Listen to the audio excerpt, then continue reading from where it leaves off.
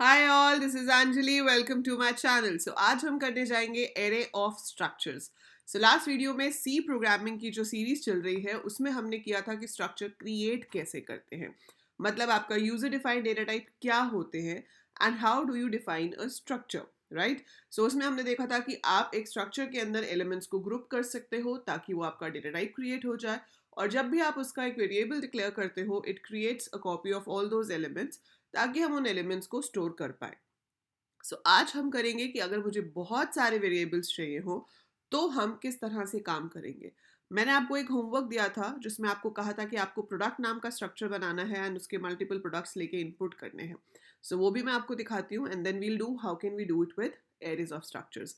इससे पहले अगर आप चैनल पर नए हैं और आपने अभी तक चैनल सब्सक्राइब नहीं किया है तो सब्सक्राइब कर लीजिए, बिकॉज चैनल पर आपको मिलेंगी programming videos for C, C++, Java, Python and a lot more subjects related to computer science जो आप अपने ग्रेजुएशन लेवल या पोस्ट ग्रेजुएशन लेवल पे सीखते हैं। चलिए शुरू करते हैं। ये आपका आंसर है क्वेश्चन का जो मैंने आपको कल दिया था कि हमने एक स्ट्रक्चर बनाया है प्रोडक्ट जिसके अंदर प्रोडक्ट नेम है, कॉस्ट है, क्वांटिटी है, then I have to input the values. तो मैंने यहाँ पर दो वेरिएबल्स लिए हैं, प्रोडक्ट पी कॉमा क्यू। अगर हम यहाँ देखें तो 30 आपका पी नेम को मेमोरी चाहिए, राइट। कॉस्ट और क्वांटिटी मैंने दो इंटीजर लिए हैं। अगर मैं 4 बाइट्स लेती हूँ इनके लिए तो 38 बाइट्स आपको मिलेंगी पी के लिए, 38 बाइट्स मिलेंगे आपको क्यू के लिए, ठीक है। अब इनके एलिमेंट्स को रेफर करने के लिए हम एक स्पेशल ऑपरेटर का यूज करते हैं जिसे डॉट कहते हैं। तो जब आपको फर्स्ट प्रोडक्ट को रीड करना है तो आप पी डॉट पी नेम लिखेंगे, सेकेंड को रीड करना है तो क्यू डॉट क्यू नेम लिखेंगे। Similar way P dot cost, P dot quantity. For example I enter the first product, मैंने इसकी कॉस्ट एंटर की 10, क्वांटिटी एंटर करी 5। अब वो मुझसे सेकेंड प्रोडक्ट पूछ रहा है, that is let's say book, cost है 250, क्वांटिटी है 4। So now it will show you product name pen, product cost 10, product quantity 5. Similar way आपके पास book 250 और 4 आ गया। मैंने आपको कहा था कि आपको इनका अमाउंट भी दिखाना है। तो अगर आपको इनका अमाउंट दिखाना है तो आप simply p dot cost into P dot quantity कर दोगे। जब q का कैलकुलेट करना होगा तो आप q dot cost into Q dot quantity कर दोगे। अगर मैं यहाँ पर लिख देती हूँ इसी चीज़ को कि जो प्रोडक्ट है उसका अमाउंट क्या बनेगा, और अगर आपको टोटल अमाउंट निकालना है तो आपको इनको ऐड करवाना पड़ेगा। You have to add these amounts, right. फिलहाल मैंने सिर्फ यहाँ पर प्रिंट करा दिया कि प्रोडक्ट अमाउंट जो है that is P dot cost into P dot quantity. Similar way जब क्यू के लिए प्रिंट कराना है तो ये पी की जगह क्यू हो जाएगा, Q dot cost into Q dot quantity, ठीक है। अब हम इसको फिर से एक बार रन करके देखते हैं। मैंने प्रोडक्ट एंटर किया पेन, कॉस्ट है मान लो 50, क्वांटिटी है 3, फिर प्रोडक्ट इनपुट किया बुक, कॉस्ट है 340, क्वांटिटी है 2, and then it will show you the values. आपके पास ये रिजल्ट आ गया, ठीक है। अमाउंट भी कैलकुलेट होके आ रहा है। पर ये तो दो प्रोडक्ट्स थे। अगर आपको यही चीज 5 प्रोडक्ट्स के लिए करनी है, 10 के लिए करनी है, 50 के लिए करनी है तो I am not going to repeat the code ना। मैं ऐसे ये कोड बार बार तो नहीं लिख सकती। ये कोड मैं बार बार नहीं लिख सकती तो मैं क्या चेंज करूंगी, मैं सिर्फ यहाँ पर P10 कर देती हूँ। मतलब मैक्सिमम अब मेरे पास 10 प्रोडक्ट हो सकते हैं, ठीक है। अगर आप यहाँ पे 50 दोगे तो maximum you will be having 50 products. तो मैंने उससे यहाँ पे पहले ही पूछ लिया कि how many products are there. कितने प्रोडक्ट्स हैं वो हम यहाँ पर पूछ लेते हैं और हम उतने ही इनपुट करवाएंगे जितने की हमें ज़रूरत है। पर यहाँ मेमोरी आपको एलोकेट पूरे 10 के लिए हो रही है। तो अगर एक के लिए 38 बाइट्स चाहिए थी तो जो आपका एरे बना है struct product P10, P is your array, that will occupy 380 bytes in the memory. आप उसमें से यूज चाहे कितनी भी करो, ठीक है। अब आपको क्या चाहिए, एरे चाहे इंटीजर हो, चाहे फ्लोट हो, चाहे कैर हो। जब आपको इंडिविजुअल एलिमेंट्स को प्रोसेस कराना होता है आपको लगाना पड़ता है लूप। तो हम लूप की हेल्प से प्रोसेसिंग करते हैं। तो ये जो स्टेटमेंट्स थी इनको मैंने लूप में डाल दिया, ठीक है। सेकेंड प्रोडक्ट को इनपुट करने वाली जो स्टेटमेंट्स थी इनको मैंने डिलीट कर दिया, ये मुझे अब नहीं चाहिए। और अब मैं ऊपर वाले में चेंज क्या करूंगी, खाली पी तो कुछ नहीं है मेरे पास, पी तो एरे का नाम है। तो पी डॉट नेम लिखेंगे तो एरर आ जाएगा, वो आपको एक्सेप्ट नहीं करने देगा उसको। तो पी आपका प्रोडक्ट नहीं है लेकिन पी आई आपका प्रोडक्ट है। तो P0 is a product, P तो एरे का नाम है, but P0 is a product, P1 is a product, P2 is a product. तो हम यहाँ पर क्या लिखेंगे, PI, ठीक है।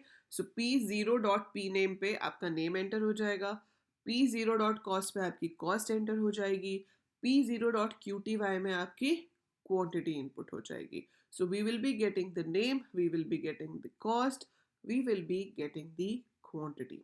सो that is how we get the values. तो हमारे पास ये जो वैल्यूज हैं ये हमारी इनपुट हो जाएंगी एट डिफरेंट लोकेशंस। तो n अगर 5 है तो P0 में पहले एंट्री होगी, फिर P1 में, फिर P2, फिर P3, फिर P4। जैसे आपने इनपुट कराया है, similar way if you have to print them all, तो आप लूप लगाकर प्रिंट कर सकते हो।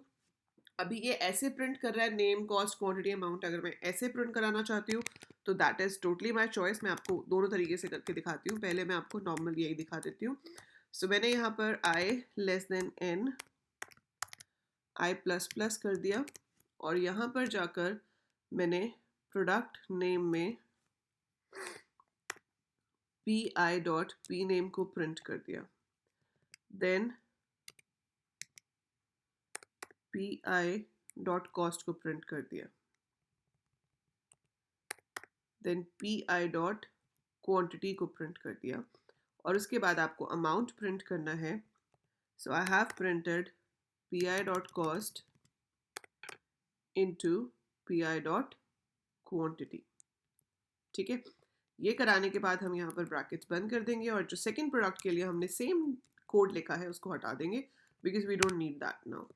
सो ये हो गया आपका। इसको अब रन करते हैं। उसने बोला कितने प्रोडक्ट्स चाहिए, मैंने बोला थ्री प्रोडक्ट्स चाहिए। सो बहुत पेन पेंसिल बुक ले लिया, आप कुछ खाने पीने का ले लेते हैं। चलो, let's take a chocolate, cost is 20 rupees, and 5 ले लेते हैं, ठीक है। फिर अच्छा, ये फर्स्ट प्रोडक्ट वाला मैसेज मुझे चेंज करना पड़ेगा, क्योंकि अब फर्स्ट तो है नहीं। अगर आप चाहते हो वहाँ पे 1 2 3 शो हो तो वो भी मैं बता देती हूँ कैसे होगा, बट अभी हम यहाँ पर कुछ और लेते हैं। चलो, चिप्स ले लेते हैं। चिप्स ले लिए, ठीक है। 40 रुपये वाला पैकेट ले लेते हैं। कितने ले लें, 2 ले लेते हैं। चलो, फिर कोल्ड ड्रिंक भी तो चाहिए अब। सो दूसरी चीज़ हम ले लेते हैं कोल्ड ड्रिंक, ठीक है। ये हम 20 वाली 5 बॉटल्स ले लेते हैं। तो हमारे पास अब इन सब का रिजल्ट आ जाएगा, ठीक है। पर ये एक के बाद एक दिखा रहा है। चॉकलेट, उसका अमाउंट आ गया, फिर चिप्स, उसका भी अमाउंट आ गया, कोल्ड ड्रिंक का भी अमाउंट आ गया। बट ये दिखा इस तरीके से रहा है। आप चाहते हो टैबुलर फॉर्म में आए तो हम ज़रूर वो कर सकते हैं। और हमें एक चीज़ और चेंज करनी है, enter name of the first product है, तो हम यहाँ पर कर सकते हैं enter name of the product %d। अब देखो, %d तो आपने लिख दिया, पर i तो 0 होता है ना पहली बार। तो जब i 0 है तो आपको 1 प्रिंट कराना है, जब i 1 हो तो आपको 2 प्रिंट कराना है। तो इसलिए मैंने यहाँ पर i प्लस 1 को प्रिंट करा दिया। सो वो पहली बार प्रिंट करेगा enter the name of product 1, फिर प्रोडक्ट 2, फिर प्रोडक्ट 3, ऐसे। एंड देन आप ये चाहते हो कि ये जो वैल्यूज़ हैं ये एक लाइन में प्रिंट हो। सो हमने %s दिया, \t, %d, \t, %d, \t, %d। अब यहाँ पर मेरे को क्या चाहिए, p नेम। p नेम के बाद मुझे चाहिए pi की कॉस्ट, PI की कॉस्ट के बाद हमको चाहिए PI की क्वांटिटी, ठीक है। और उसके बाद हमें चाहिए इसकी मल्टीप्लिकेशन। सो हम ये लाइन को एक ही लाइन में कर देते हैं। तो अब वो एक ही लाइन में सारी वैल्यूज़ को प्रिंट करेगा। \t का मतलब होता है टैब देके। तो हमने बीच में क्या दे दिया, tab, and we have printed it all. ऊपर आप चाहते हो हेडिंग आ जाए तो हम हेडिंग यहाँ पर शो कर सकते हैं। सो मुझे क्या शो करना है, नेम।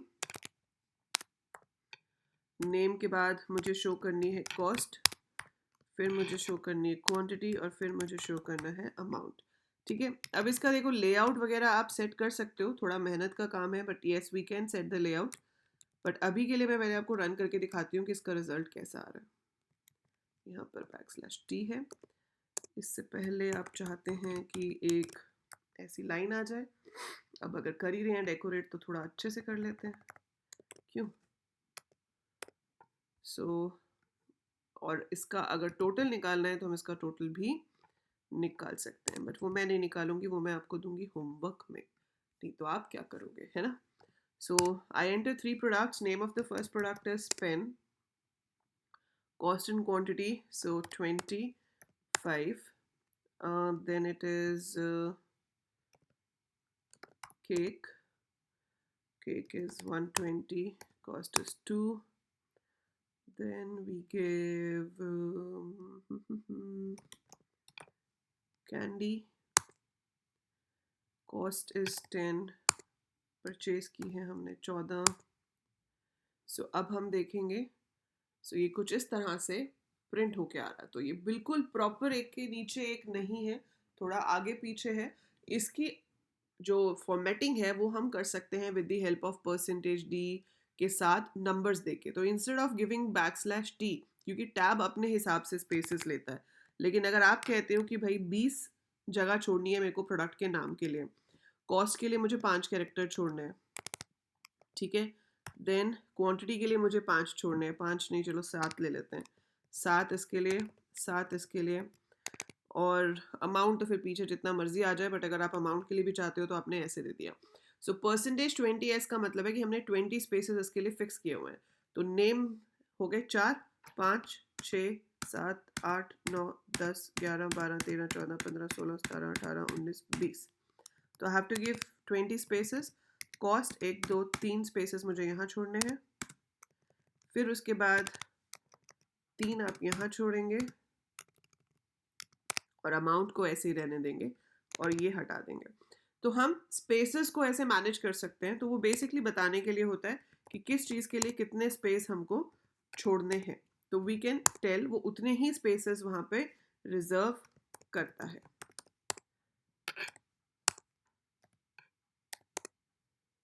सो ये आपके पास आ रहा है.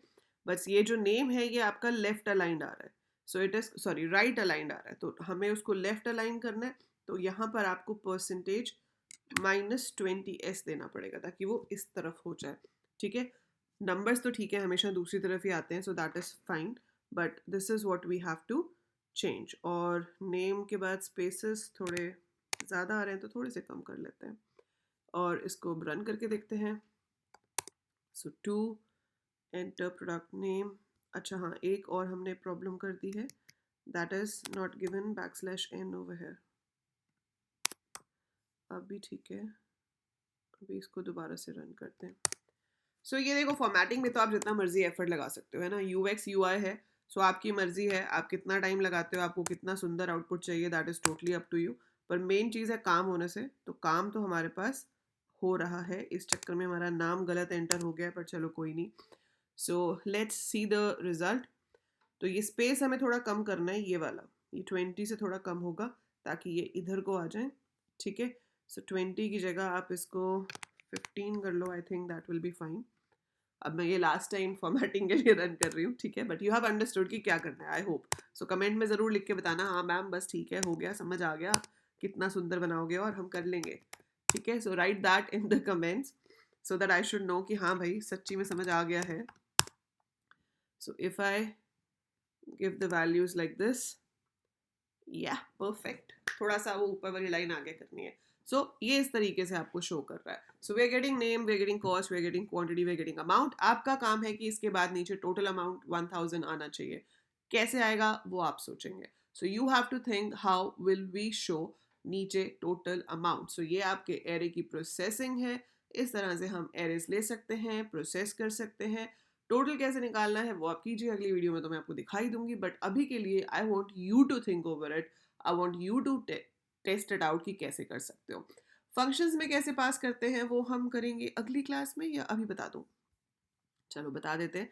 बहुत ही सिंपल सी चीज़ है. अगर आपको फंक्शंस में पास करना है तो कुछ बहुत बड़ा काम नहीं करना.